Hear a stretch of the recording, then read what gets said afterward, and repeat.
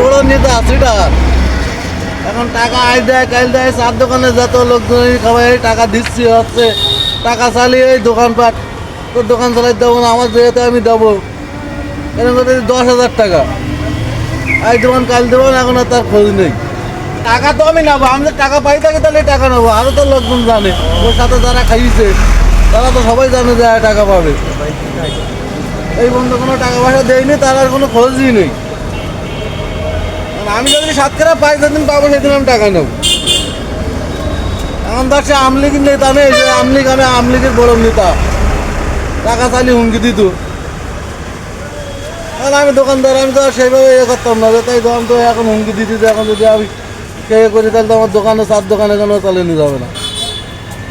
তো এখন তো আর সেই নেতা নেই।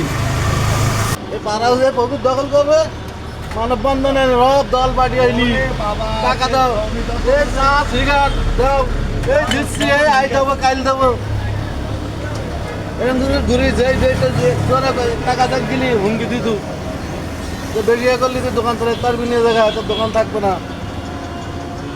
এখন আমি টাকা তত মিলে আমার এক মহিলে, তো মহিলে কত রকম ফটো কমিটি করি, সে ঢাকায় পর্যন্ত গিয়ে এখন কবে এইখান থেকে টাকা আসবে ওখান থেকে টাকা আসবে কি বলি আমার কাছে চার দোকানে গিয়েছে। আমার মাইর টাকাও কোনো এই বন্ধ কোনো এইলো না, তার ছবি টবি তুলি তার পেছনে 4-5 হাজার টাকা খরচ করে এলো আমার।